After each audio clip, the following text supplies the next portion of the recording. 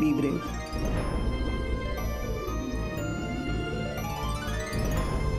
आता पण अशी इमर्जन्सी नेमकी आपल्याच बाबतीत. इमर्जन्सी कोणाच्याही बाबतीत येऊ शकते. हे डॉक्टरपेक्षा अधिक चांगलं कोणाला माहीत असतं. आज आपली परीक्षा आहे.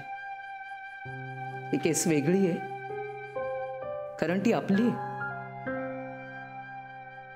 नर्वसनेस येणारच.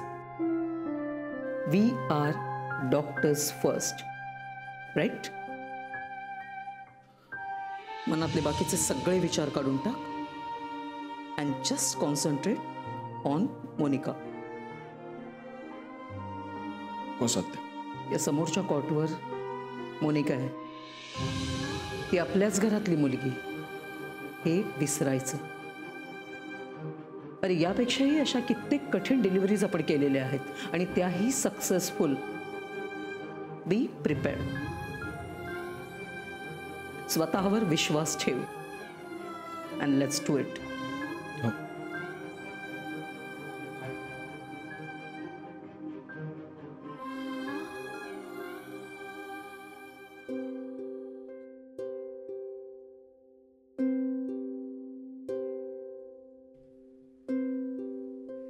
गणपती बाप्पा.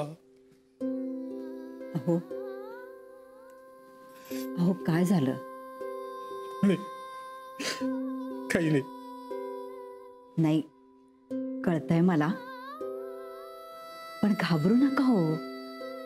असं कसं बोलतेस? अगं आपली मोना. अहो जन्म देताना प्रत्येक बाईला ह्यातून जावंच लागतं. म्हणून तर बायका कणखर असतात आणि आपली मोनू चांगली कणखर आहे. काही काळजी करू नका तुम्ही. शशिकांत आणि अश्विनी असते तर भीती वाटली नसती ग.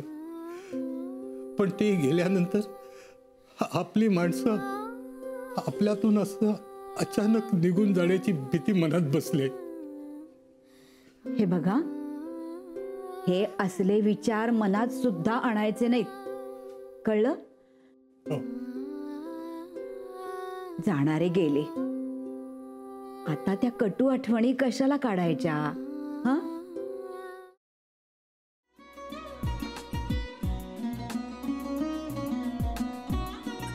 लावू का? असाच लावू ना.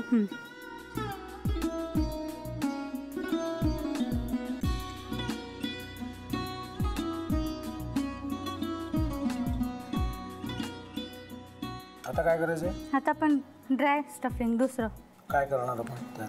आपण ह्याच्यात मेयोनीज न टाकता बाकीचे सगळे साहित्य टाकायचे. अच्छा, हे सगळं.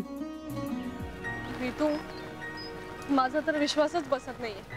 म्हणजे अगं बहिणी आमचं लग्न व्हावं म्हणून किती प्रयत्न करत होती आणि ते सगळं करताना ती शिवच्या आम्हाला माहिती पुरवते.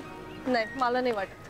गौरी खूप चांगली असतो म्हणून तुला सगळं जगत चांगलं दिसतं, पण शिव उगाच बोलला असेल का? त्याच्यावर विश्वास नाहीये का तुझा? शिववर पूर्ण विश्वास आहे मी तुम्हाला, पण तो आता हे जे काही करतोय ना, म्हणजे निशा बहिणी समोर त्या राधिका सोबत फिरण्याचं नाटक वगैरे, ते त्याचा काही उपयोग होणार नाहीये. अगं असं कसं म्हणतो?